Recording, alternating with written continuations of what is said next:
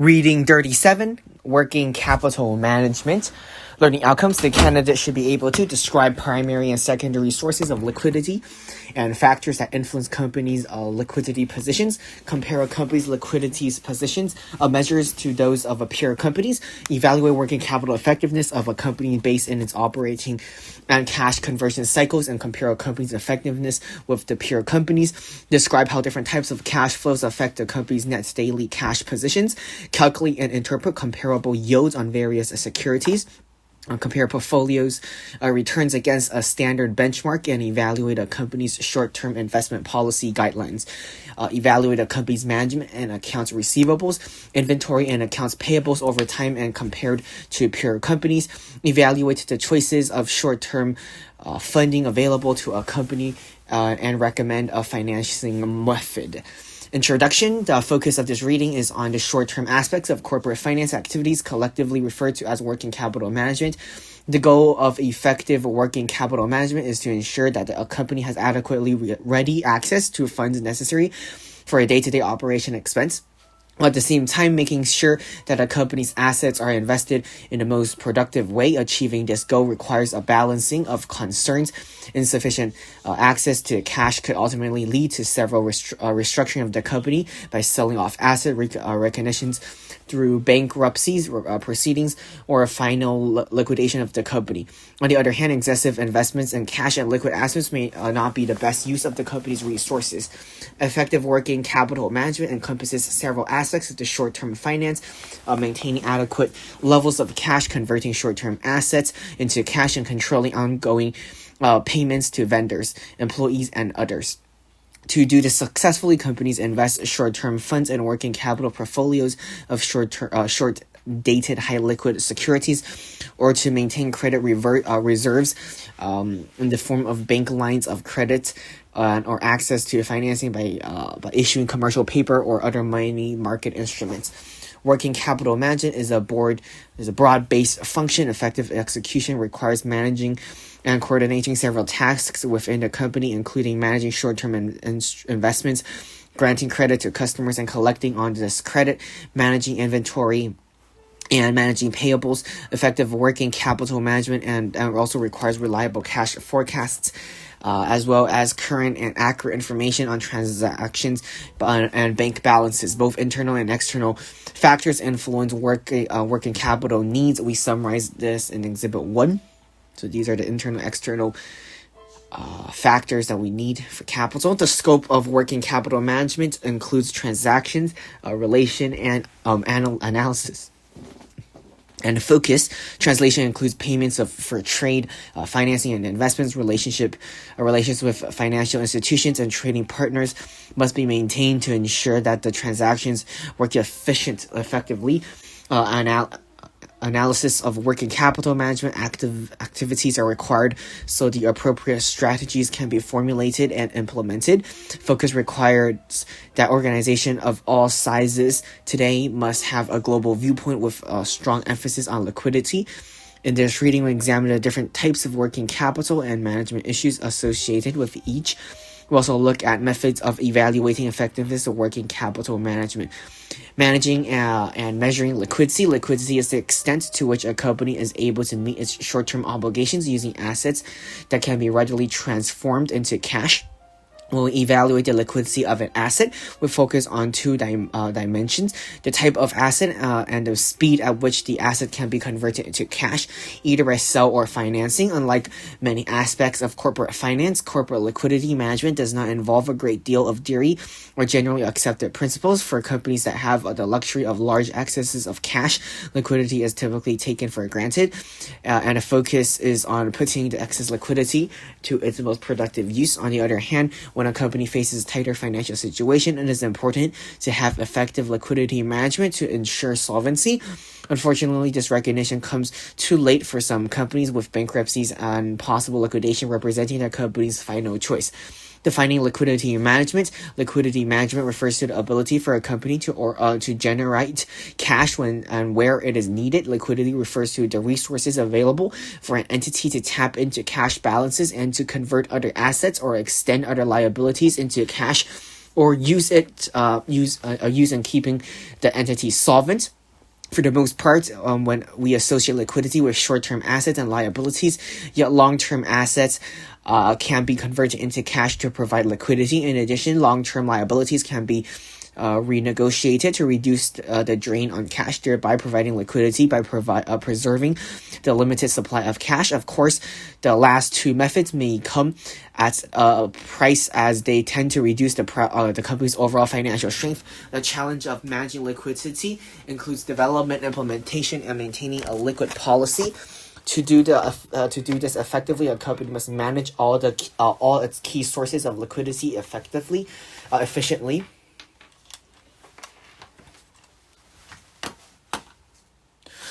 Primary sources of liquidity. Primary sources of liquidity represent the most readily accessible resources available.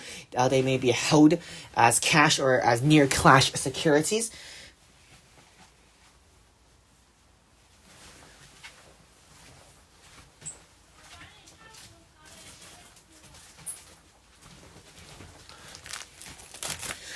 Primary sources includes ready cash balances, which is cash available in bank account, resulting from payment collectors, investment incomes, liquidations of near cash securities, i.e. those with maturities in less than 90 days, or other cash flows. Short-term funds, which may include items such as trade credit, bank lines or credits, and short-term investment portfolios. Cash flow management, which is the company's effectiveness in the cash management system and practices, and a degree of declaration of the collections of payment processes. The more decentralized the system is of collections, for example, the more likely the company will be to have cash tied up in a system and not available for use. The sources represents liquidity is typically more. For most companies, they represent funds that are readily accessible at relatively low costs. Secondary sources of liquidity. The main difference between primary and secondary sources of liquidity is that the primary source is not likely to affect the normal operations of the company, whereas using secondary source may result in a change in the company's financial and operating positions. Secondary sources include negotiation debt contracts, relieving pressures from high interest payments or principal payments, liquidation assets, which depend on the degree to which short-term and or long-term assets can be liquidated and converted into cash without substantial loss in value. And filing for bankruptcy, protection, and reorganization. The use of secondary source may signal a company's deteriorating financial health and provide liquidity at a high price. The cost of giving up a company's asset to produce emergency cash. The last source, reorganization through bankruptcy, may also be considered a liquidity tool, because a company under bankruptcy protection that generates operating cash will be liquid and generally able to continue business operations until the restructuring has been devised and approved.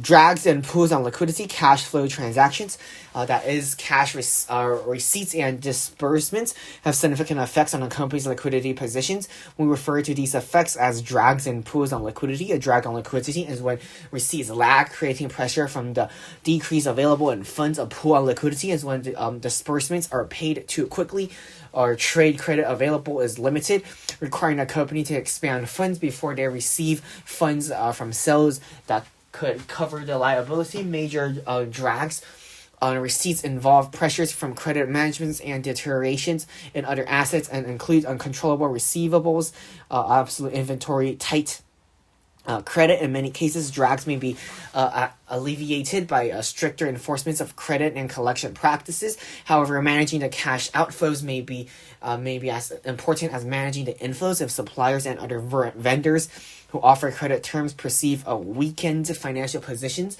or are unfamiliar with a company, they may restrict payment terms so much that the company's liquidation reserves are stretched thin. Major pulls on payments include making payments early, reduced credit limits, limits on short-term lines of credit, low liquidation positions. It is critical that these drags and pulls are identified as soon as possible.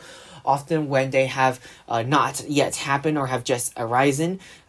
Measuring liquidity contributes to a company's creditworthiness. Creditworthiness is the perceived ability of the borrower to pay what is owed on the borrowing in a timely manner, and represents the ability of the company to withstand adverse impacts on the cash inflows. Creditworthiness allows the company to obtain lower borrowing costs and better terms for trade credits, and contributes to the company's investment flexibility, enabling it to exploit profitability opportunities.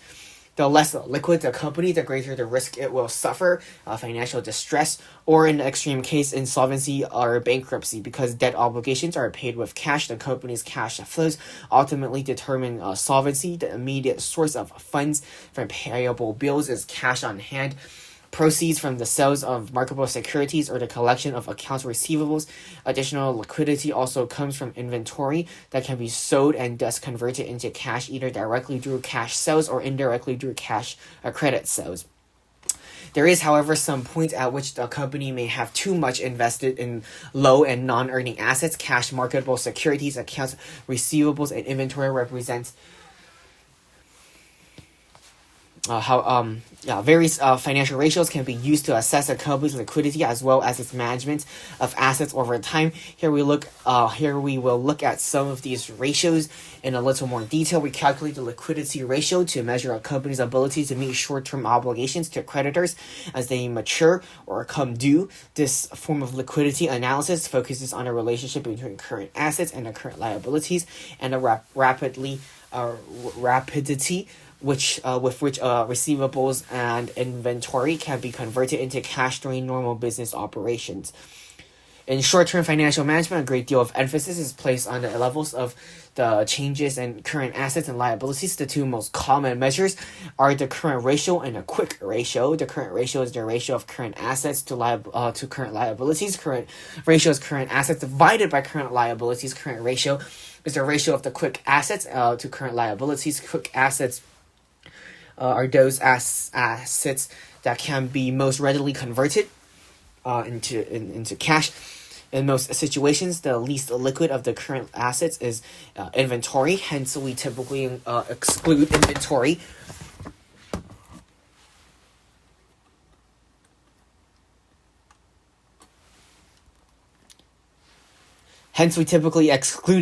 When calculating the quick ratio.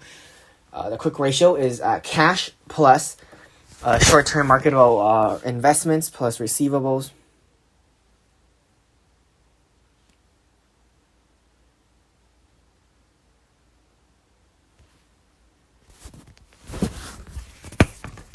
The greater the current ratio or the greater the quick ratio, the higher the company's liquidity. Whether a given current or quick ratio is good or bad, however, depends on a number of factors, including the trends in the ratio, the comparability of these ratios with competitors, and the available opportunities in more profitable, long-lived capital investments.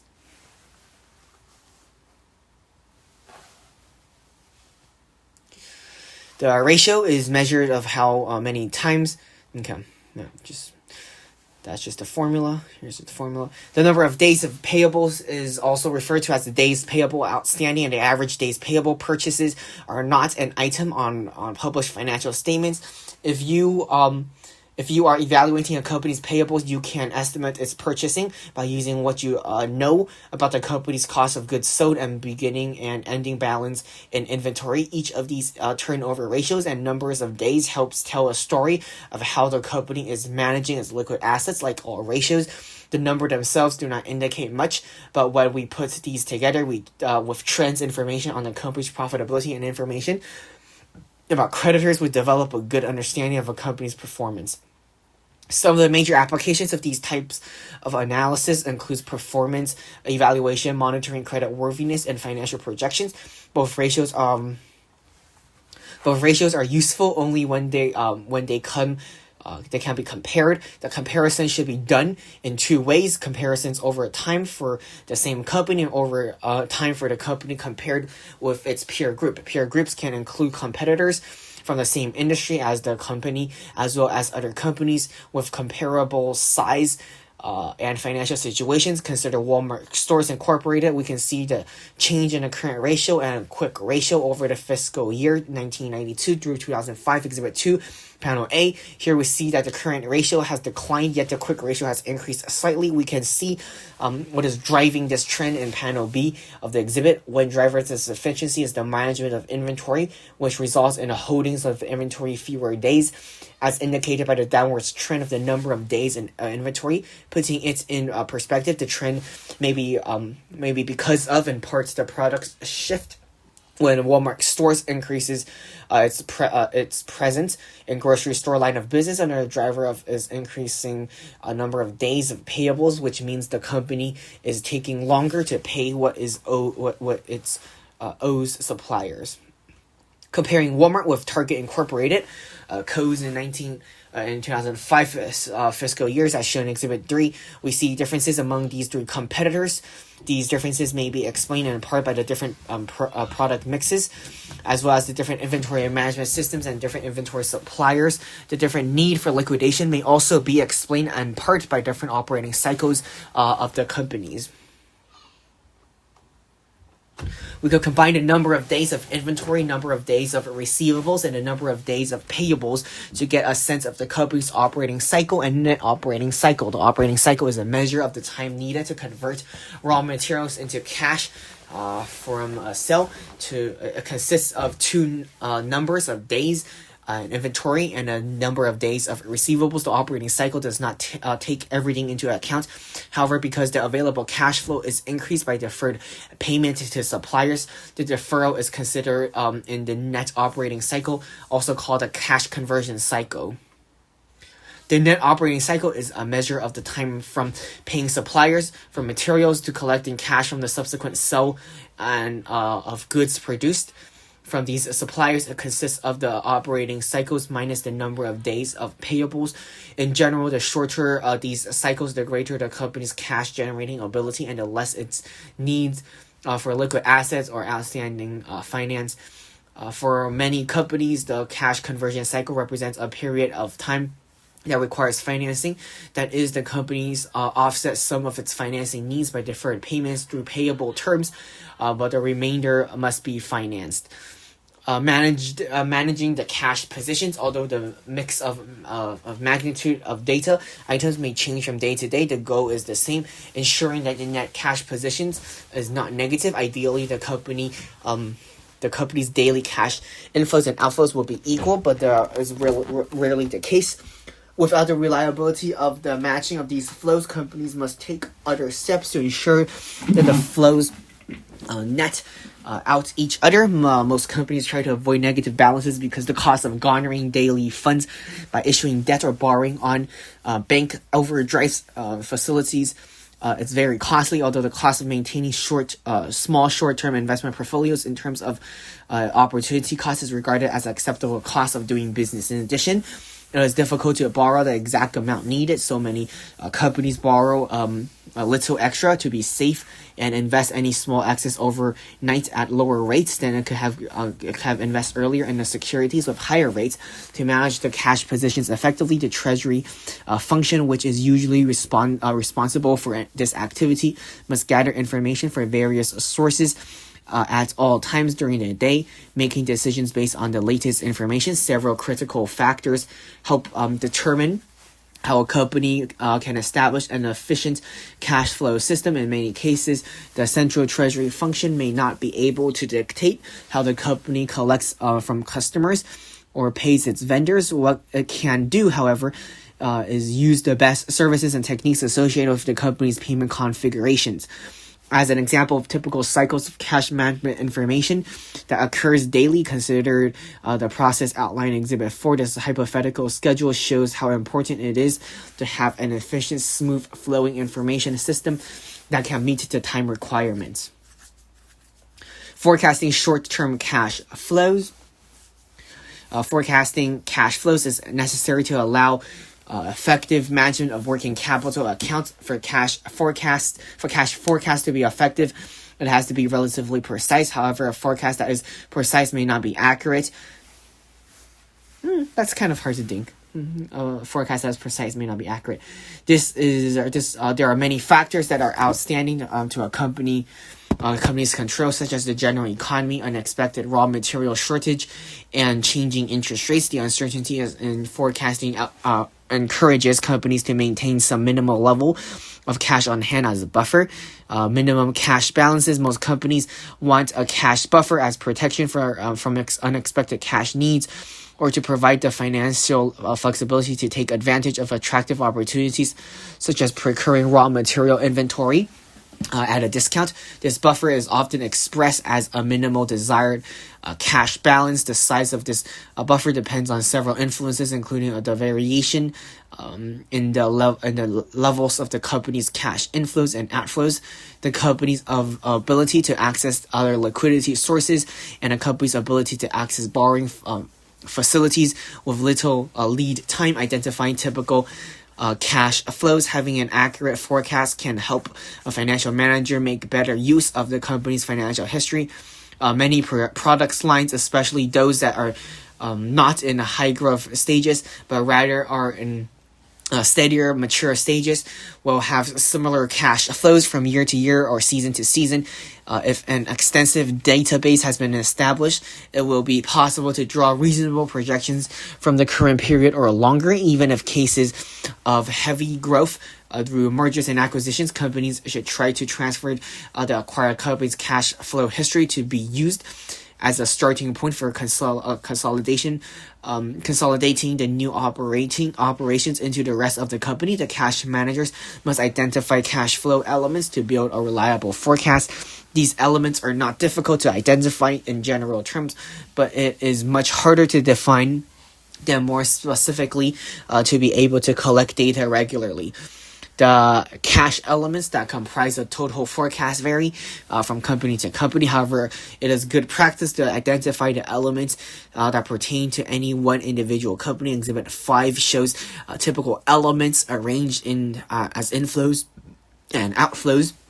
It may be useful to try to arrange the elements in this manner, i.e. show matching elements to be by the direction of their flows in or out. In most cases, a company's data elements can be arranged in ways to facilitate data gathering, reviewing a variance, and presenting final reports to management and other cash users to providers.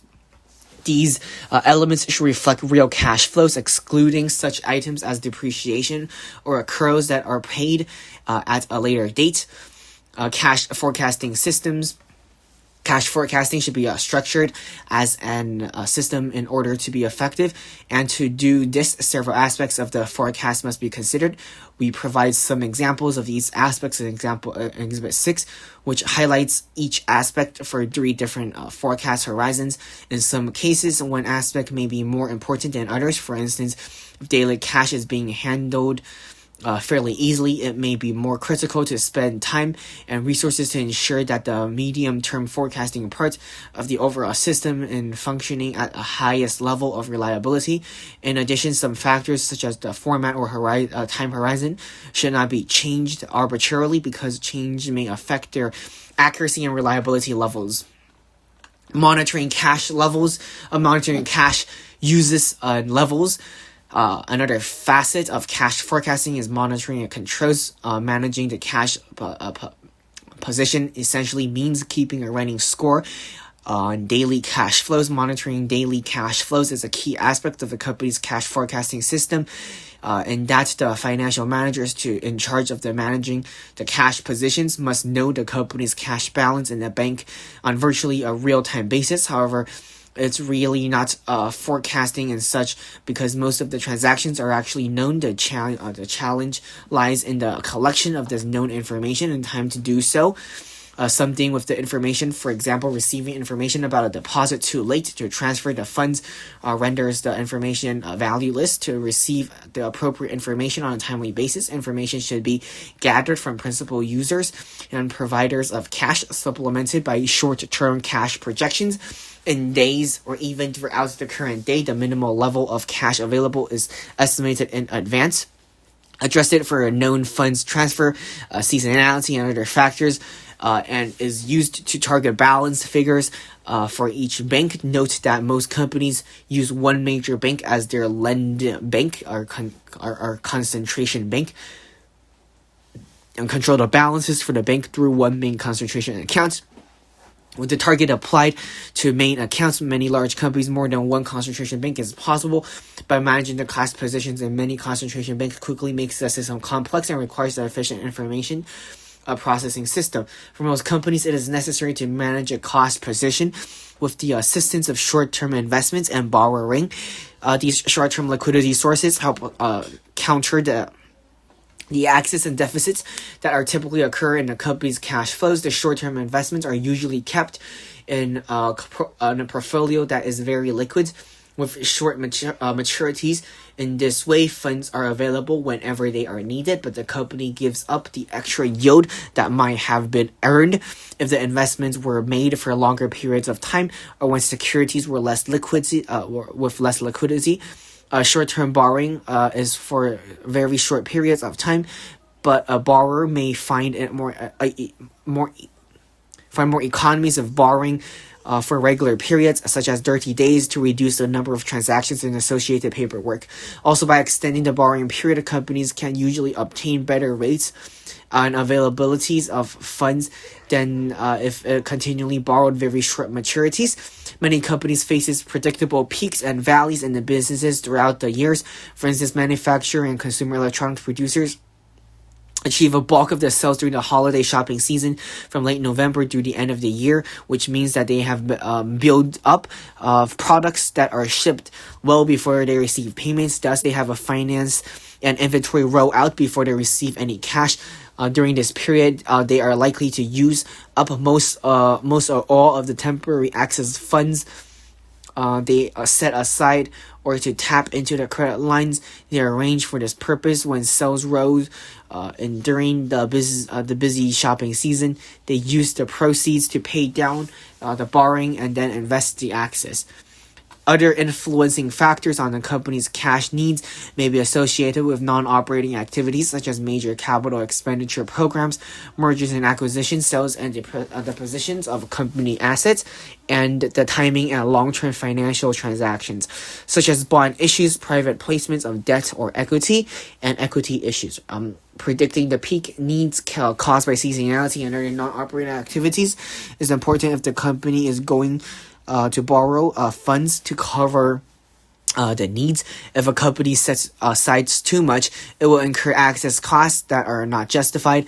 If it sets aside too little, it will have to pay penalties to raising funds quickly. Either case is a costly error. A reliable forecast can help avoid this situation. Investing short-term funds and short-term investments represents a temporary store of funds that are not necessarily needed in the company's daily transactions.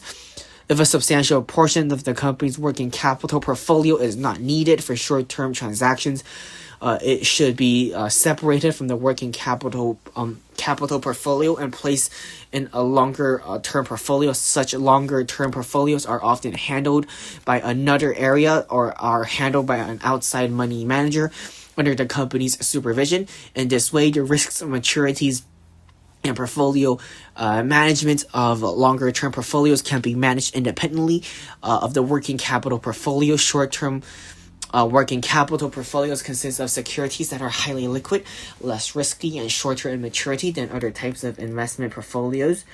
Thus, a company's working capital portfolio may consist of short-term debt securities, such as short-term U.S. government securities and short-term banks and corporate obligations. This type of portfolio changes almost consistently or constantly as cash is needed or more excess cash is available for investments. Short-term investment instruments would describe examples of the major investments.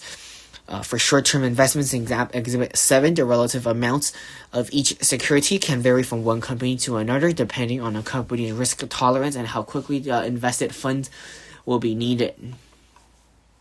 Let me drink my apple juice real fast. I'm drinking diluted apple juice once again today. 6-part water, 4-part treetop apple juice. Computing yields on short-term investments. Some securities, such as T-bills and bankers' acceptances, are issued at a discount. Thus, the investor invests less than the face value of the security and receives the face value back at maturity. For instance, a 1 million security that pays a 5% in interest with 1 month remaining to maturity will be purchased as such a price. The difference between the purchase price and the face value is 4,000. Is the discounted interest. Interest-bearing securities differ from discounted securities in that the investor pays the face amount and receives back the same face amount plus the interest on the securities. For example, a 5% 30-day 1 million security will return 1 million face value plus interest earned. The purchase price or the face value is $1 million, and the proceeds as such. Rates on securities may be quoted as nominal rates or as yields. A nominal rate is a rate of interest based on the security's face value. In the previous two examples, the nominal rate in each instance would be 5%. A yield, on the other hand, is the actual return on the investments. If it held to maturity, for example, if you buy the discount security for such an amount and hold it for 1 month until its maturity for 1 million, the yield will be 5.0209%. Investment risk. Investors face several types of risks. A list of numbers of these are in Exhibit 8. In this exhibit, we list the types of risk: credit, market liquidity, and foreign exchange, the attributes and safety measures associated with each type. The attributes describe the conditions that contribute to the type of risk, and the satisfy measures describe the steps that investors usually take to prevent losses from their risks. With exception of foreign exchange risk, the key effects measures taken into the shifts of safety or to shorten maturities of the securities will mature quicker, allowing an investor to shift funds to safer types of securities. Strategies. Short-term investment strategies are fairly simple because the securities in a working capital portfolio are limited to types and are much shorter in maturity than longer-term portfolios. Most short-term investors seek reasonable returns and do not want to take on substantial risks. Short-term investment strategies can be grouped into two to take on substantial risk. Short-term investment strategies can be grouped into two types: passive and active. The passive strategy is characterized by 1 or 2 decision rules for making daily investments, whereas an active strategy involves constant monitoring and may involve matching, mismatching, or laddering strategies. Passive strategies are less aggressive than active ones and place top priority on safety and liquidity. Yet passive strategies do not have to offer poor returns, especially if companies have reliable cash forecasts. Often companies with good cash forecasts can combine a positive strategy, which is an active matching strategy, to enhance the yield of a working capital portfolio without taking on substantial greater risks. The major problem associated with passive strategies is complacency, which can cause a company to roll over the portfolio mechanism, which little attention paid to yields and more focus on simply reinvesting funds. As they mature, passive strategies must be monitored, and the yield from the investment portfolio should be benchmarked regularly against the suitable standards, such as T-bills with comparable maturity. Active strategies require more daily involvement and possibly a wider choice of investments. Although investments are rolled over with an active strategy, just as they are with a passive strategy, this type of strategy calls for more shopping around, but a forecast and more flexibility investment policy such guidelines. Active strategies can include intentional matching or mismatching and timing of cash outflows with investment maturities. A matching strategy is the more conservative of the two and uses many of the same investment types as are used with the passive strategy. A mismatching strategy is riskier and requires very accurate and reliable cash forecasts. These strategies usually use securities that are more liquid, such as T-bills, so that securities can be liquidated if adverse market conditions arise. Mismatching securities may be accomplished using derivatives which may pose additional risks to a companies unaccustomed to buying and selling derivatives. A ladder strategy is another form of active strategy, which entails scheduling maturities on a systematic basis within the investment portfolio, such that the investments are spread out equally over the term of the ladder.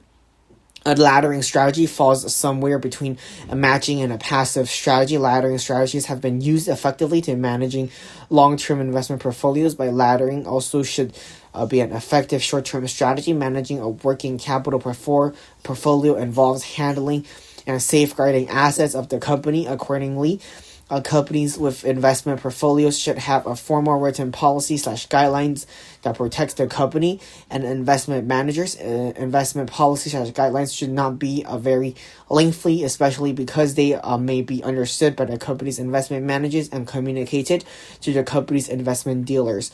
Although the investment policy guidelines should be accustomed to an individual company, the basic structure of such a policy is provided in Exhibit 9. Evaluating short-term fund management. Tracking tools can range from simple spreadsheets to more expensive treasury workstations. If both portfolios are not too large or diversified, a spreadsheet may be sufficient to be able to compare effective yields and borrowing costs on an ongoing basis and to generate periodic performance reports. Investment returns should be expressed as bond equivalent yields to allow comparability among investment alternatives. In addition, the overall portfolio returns should be weighted in according to the current size of the investment. We provide an abbreviated example of the portfolio report in Exhibit 10. The report provides the weighted average return of the different investments. The yields are all calculated on a bond equivalent yield basis. Managing account receivables. Credit accounts vary by type of customers and the industry. The granting credit involves a trade-off between increasing sales and uncollectible accounts. There are three primary activities in accounts receivable management: granting credit and processing transactions, monitoring credit balance, and measuring performance of the credit functions. Processing accounts receivables transactions requires recording credit sales to create a record of and posting customer payments, or at least monitoring the posting. To the account receivables, account may account by applying the payment against the customer's outstanding credit balance. Monitoring the outstanding account receivables requires a regular reporting of outstanding receivable balance and notifying the collection managers of past due situations. Monitoring is an ongoing activity. Measuring the performance of the credit functions entails preparing and distributing key performance measurement reports, including an account receivable aging schedule and days sales outstanding reports. Essentially, the account receivables management function is a go-between for the credit managers, treasury managers, and accounting managers. This role is an important one because it can slow up the recording of payments, which may in turn prevent customers from purchasing more of the company's products, or worse yet, could prevent the treasury manager from depositing the checks and converting the checks to available funds. The account receivable management function is also considered to be a derivative activity from credit granting because it helps in providing information needed by the credit management function. It depends on the source of the sales of its records on the credit managers for additional information on the status of the accounts receivable records, and possibly on the treasury managers to establish an efficient system of getting the payment information to the account receivable managers for cash applications. The goal of the accounts receivable management system includes the following: efficient processing and maintenance of maintaining accurate, up-to-date records that are available to credit managers and other interested parties as soon as possible after payments have been received. Control and accounts receivables and ensuring that accounts receivables record the current and non-authorized entry into the account receivable file has occurred. Collection on accounts and coordination with the treasury management function. Coordination and notification with the credit managers frequently, and preparations of regular performance measurement reports. companies may achieve scale economies by centralizing the account receivables functions by using a captive finance subsidiary. A captive finance subsidiary is a subsidiary.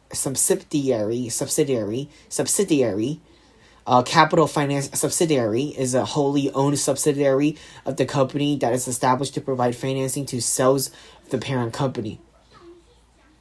One of the challenges in accounts receivable management is monitoring receivables and collecting an account.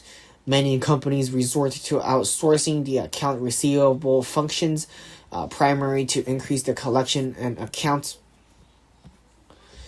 Provides credit evaluation services and to apply to most recent technology. Also, some companies may invest in credit insurance, which reduces the risk of bad debt and shifts some of its evaluation of creditworthiness to the insurer. Elements of trading credit granting process.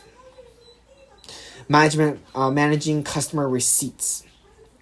Customer collection systems are a function of the type of customers a company has and the methods of payments that the customer uses. For instance, if a company's sales are made at retail locations, it cannot take advantage of the benefit offered by bank lockbox services. Instead, it must deal with the organization and controlling local deposits concerning these deposits efficiently and economically.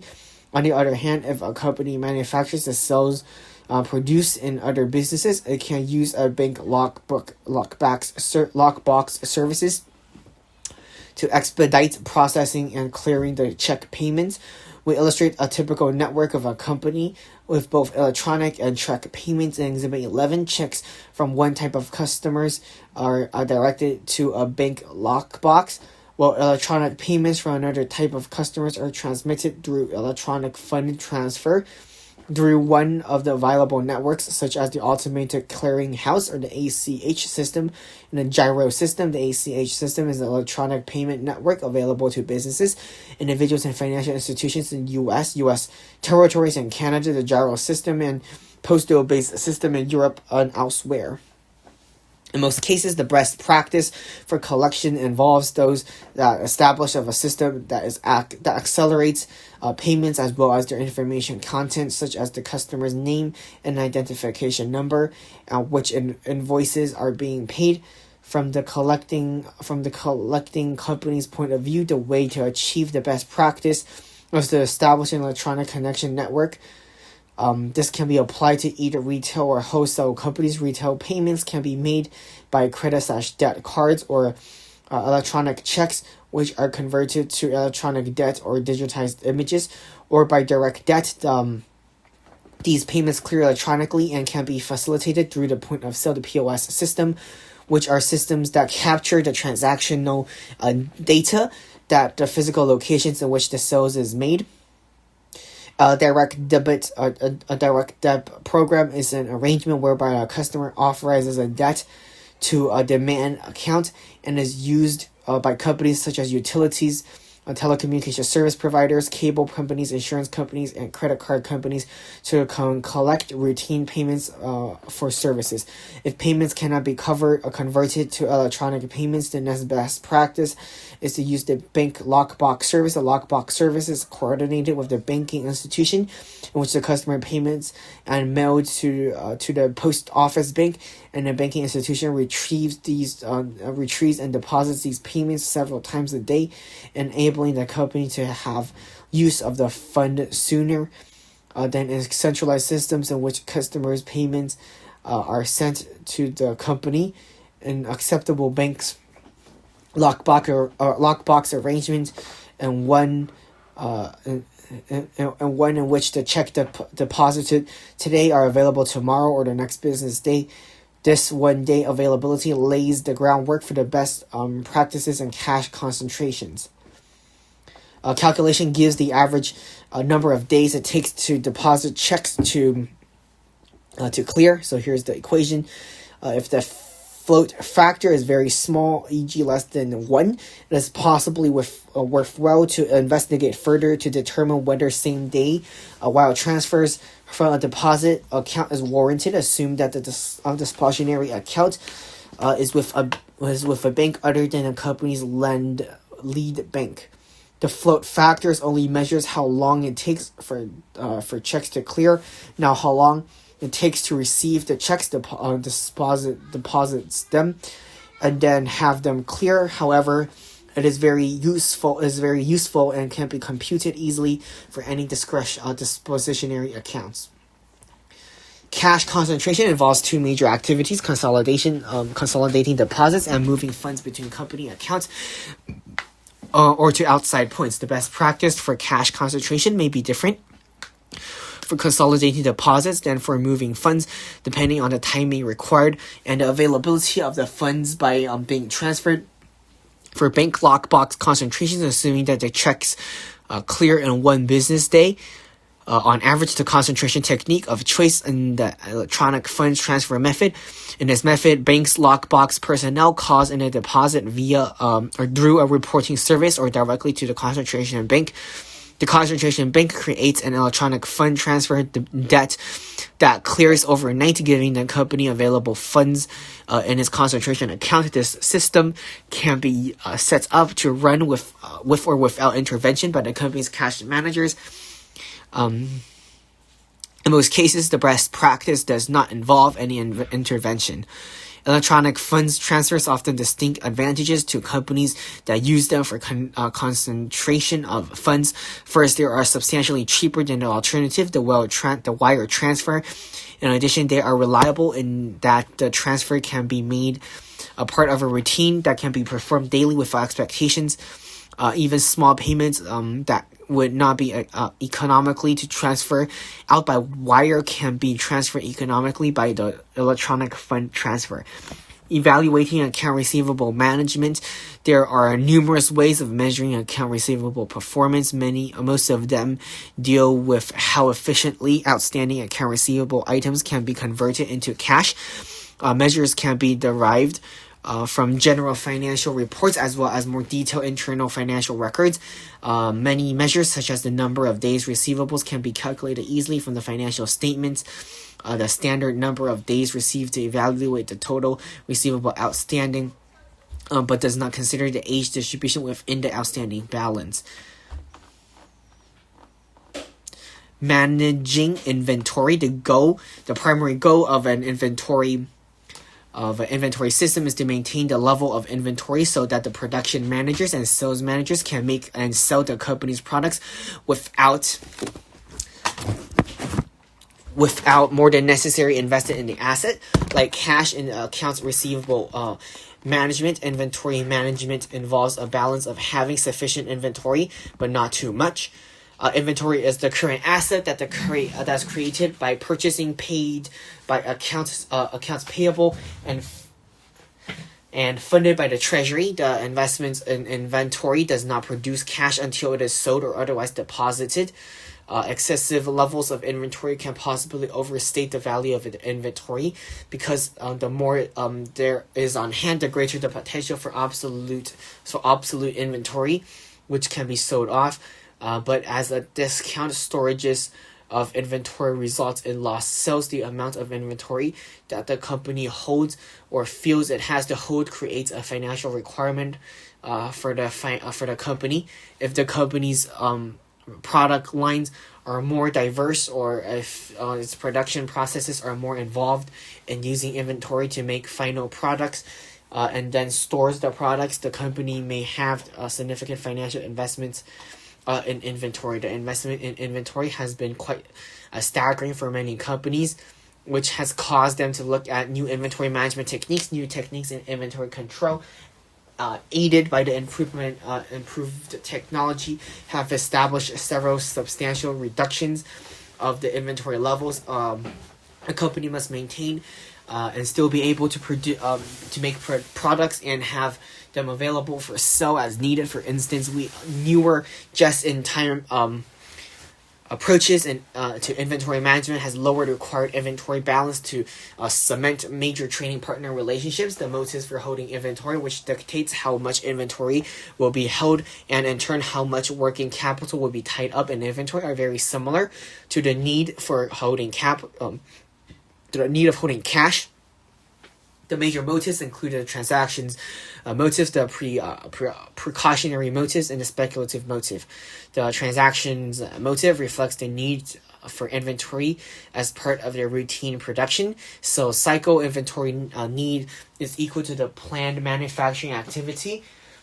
And the approach in inventory with will be dictated by the manufacturing plan. Precautionary stocks also may be desired to avoid any stock out losses, which are profits lost from not having sufficient inventory on hand to satisfy demand. Managing inventory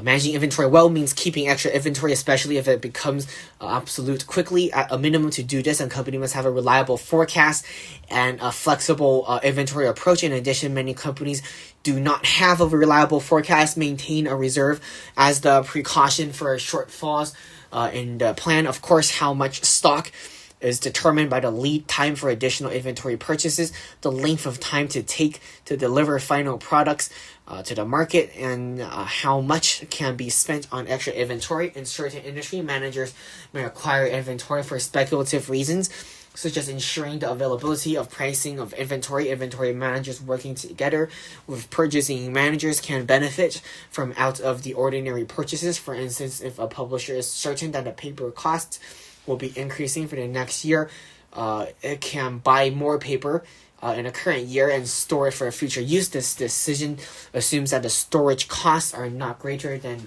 the savings. Companies usually attempt to strike a balance in managing their inventory levels. Over-investments can result in liquidity squeeze or related problems with an increase in debt without an increase in the cash. Over-investments can lead to the misuse of facilities as more shortage is required for the built-up inventory. Having large amounts of inventory on hand can result in losses from shrinkages, spoilage, and so on. Finally, over-investments can reduce the company's competitiveness as it may not be able to match pricing because there are large inventory costs. On the other hand, under-investments in inventory can create problems from losing customers who could not purchase a product on or gaining for ill will for long delays in delivery. Plant shutdowns are expensive. Special runs can also be costly. Finally, a risk with under-investments in companies' inability to provide price increases by suppliers. Approach to managing levels of inventory to control inventory costs. The company should adopt the appropriate approaches for its inventory. The two basic approaches that are that the economic order quantity and just in time. Many companies use the classical approach, the economic order quantity reorder points, the EOQROP. At least for some proportion of the inventory, this method is based on the expected demand and the predictability of demand and is required to determining the level of inventory at which new inventory is ordered. The ordering point. The use of EOQROP method has been involved in safety stocks and anticipated stocks. Safety stock is a level of inventory beyond anticipated needs that provides a cushion in the event that takes longer to replenish inventory than expected, or in the case of a greater than expected demand, a company may consider the number of days of inventory on hand and lead to the time in replenishing stock and determining the appropriate level of the status to satisfy the stock. An anticipated stock in inventory is in excess to that needed for anticipated demand, which may fluctuate with the complex of the company's sales or production seasonality. We illustrate the EOQ ROP method in example 13. The just-in-time method, the JIT method, the JIT method is a system that minimizes the process inventory, stock, raw materials, and production by evaluating the entire system of the delivery of material and production. Materials are ordered, for example, at the point at which current stock or material reach a reordered point, a point determined primarily by historical demand. Material or manufacturing source planning, or MRP, systems incorporate production planning into inventory management. The analysis of production and materials needed for production are incorporated into an analysis that provides both a material acquisition schedule and a production schedule. Combining the JIT and MRP method can provide a broader base for the integration inventory into the company's supply chain management and effectively reduces inventory levels. In most instances, companies will have several types of inventory that can be managed efficiently using one or more of these approaches. Obviously, a company should select a method that allows the cost-benefit investments in inventory. Inventory costs.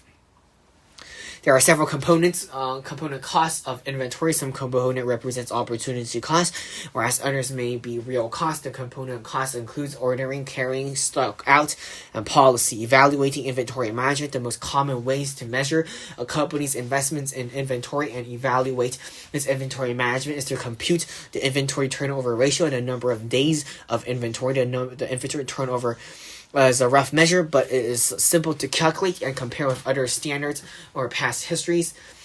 Inventory turnover will be among the industries you can use.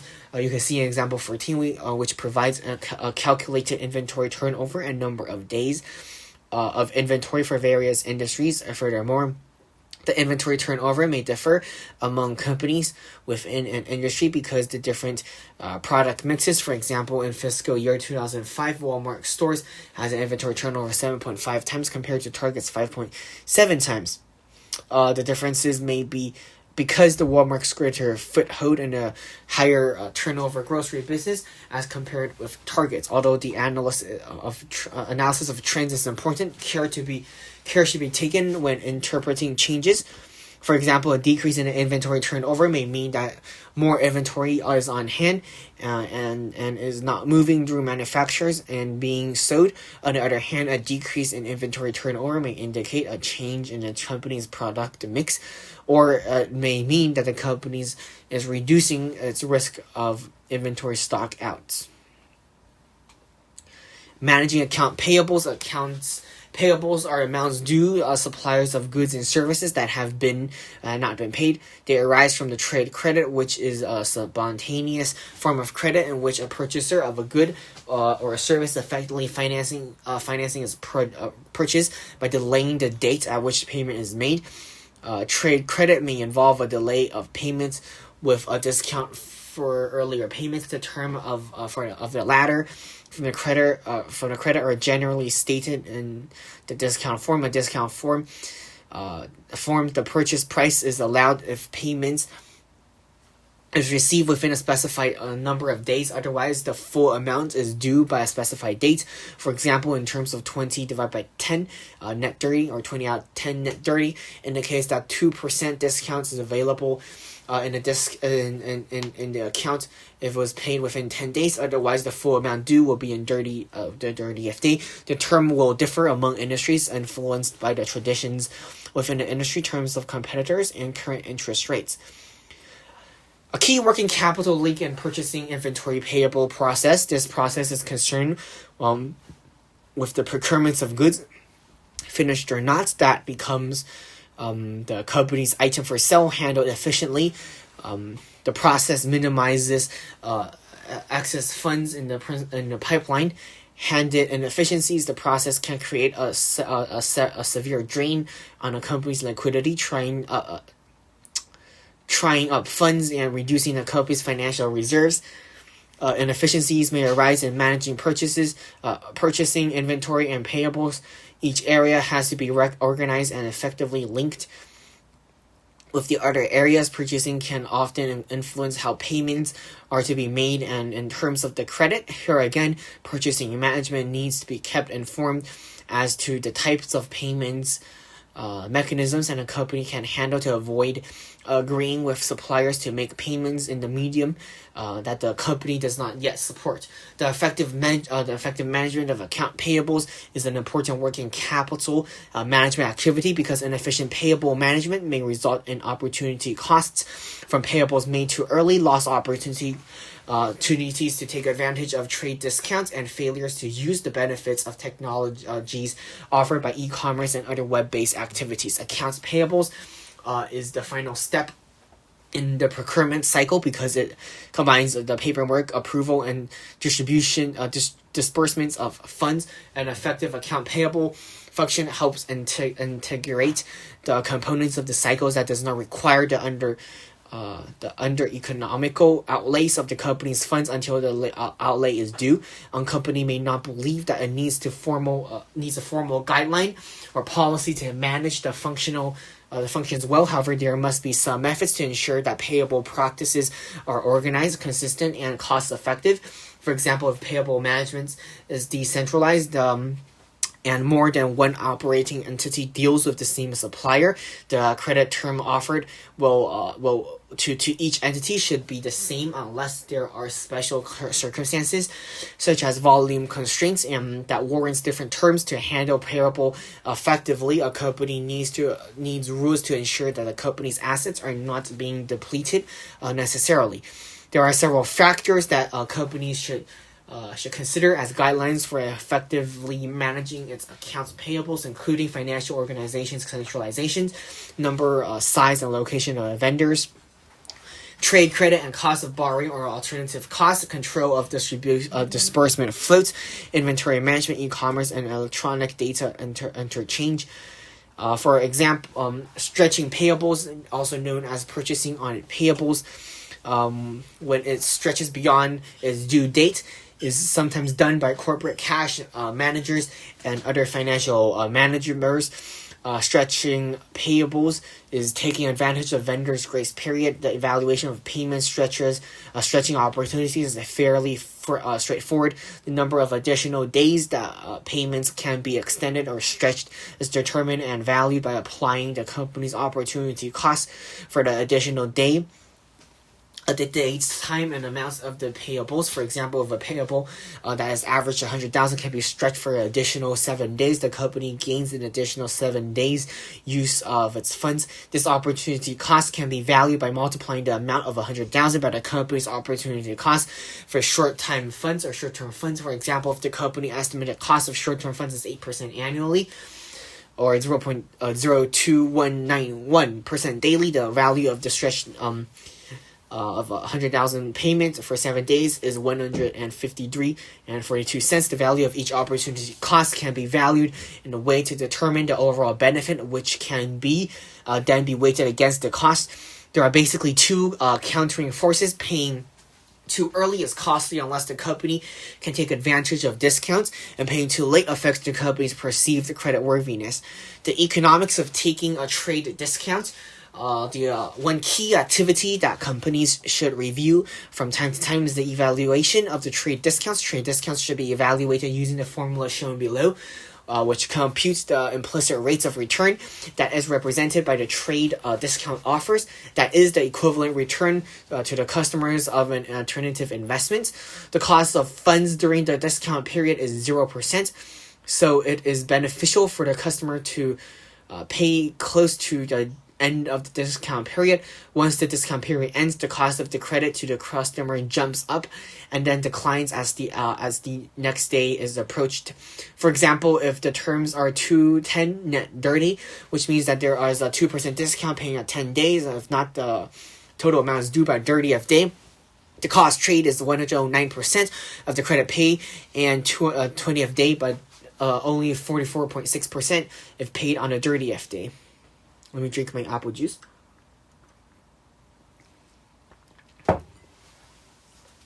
If the customer's cost of funds or short-term investment rates is less than the calculated rate, the discount offer is better return or incremental return over the company's short-term borrowing rate. Managing cash disbursements. Handling cash disbursements effectively is a common goal for most companies. To accomplish this, companies use best practice that includes the ability to delay funding bank accounts until the day checks clear, to erect safeguards against check fraud, to pay electronically when the cost effective to do so, and to manage bank charges for disbursement services. Best practices in cash disbursements, like check collections, depend on the nature of payables, i.e. whether they are made electronically or by check. Banks offer controlled disbursement services to optimize the funding of checks on the same day. they clear against the company's accounts.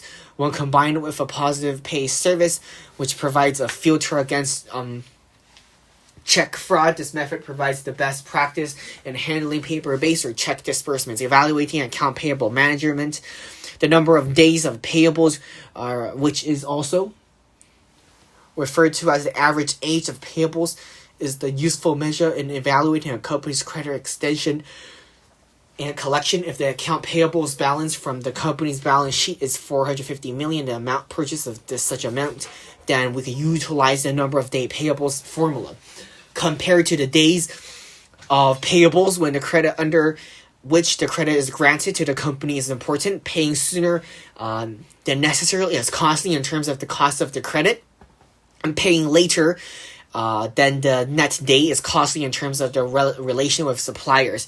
In some cases, treasurers will manage the company's payables costly, comparing the number of days of payables with the number of days of inventory, because in some industries, these two numbers of days are similar to one another. Managing short-term financing and overall short-term financing strategy should be focused on ensuring that companies maintains a sound liquidity position. It should also reflect the degree of risk and company believes can manage without affecting the company's stability. It is common to consider short-term financial strategies to apply most to investments. However, they should include other financial activities as well. In many cases, a company will only be an investor or borrower, but in common for large multinational corporations to have both short-term investments and short-term borrowings. Short-term policies should include guidelines for managing investments, borrowing, foreign exchange, and risk management activities, and should encompass all the company's operations, including foreign subsidiaries and other domestic subsidiaries.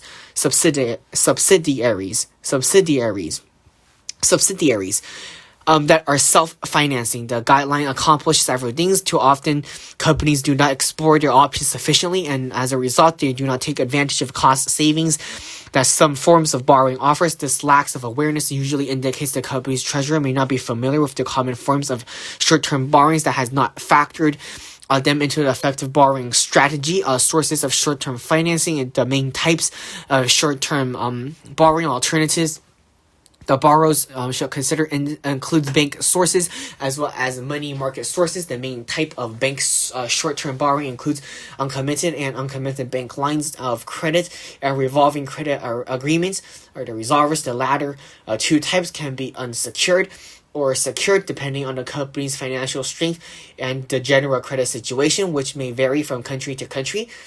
Two of these types of uncommitted lines and revolvers are most common in the United States, whereas regular lines are more common in other parts of the world. We provide examples of several types of short-term borrowing options in Exhibit 15 with the bank sources in Panel A of this exhibit and non-bank sources in Panel B in the exhibit.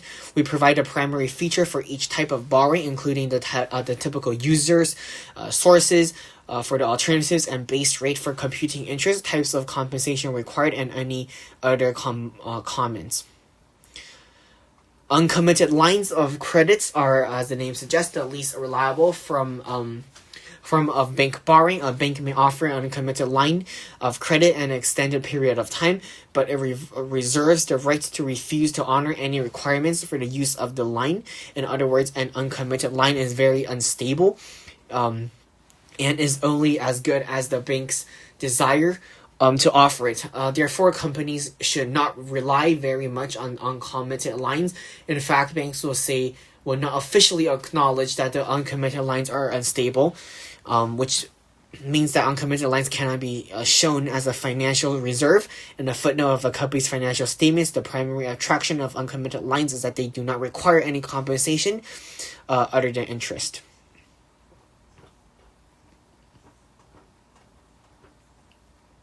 Summary: in this reading, we consider the key aspects of financial management, the management of a company's working capital. This aspect of finance is critical.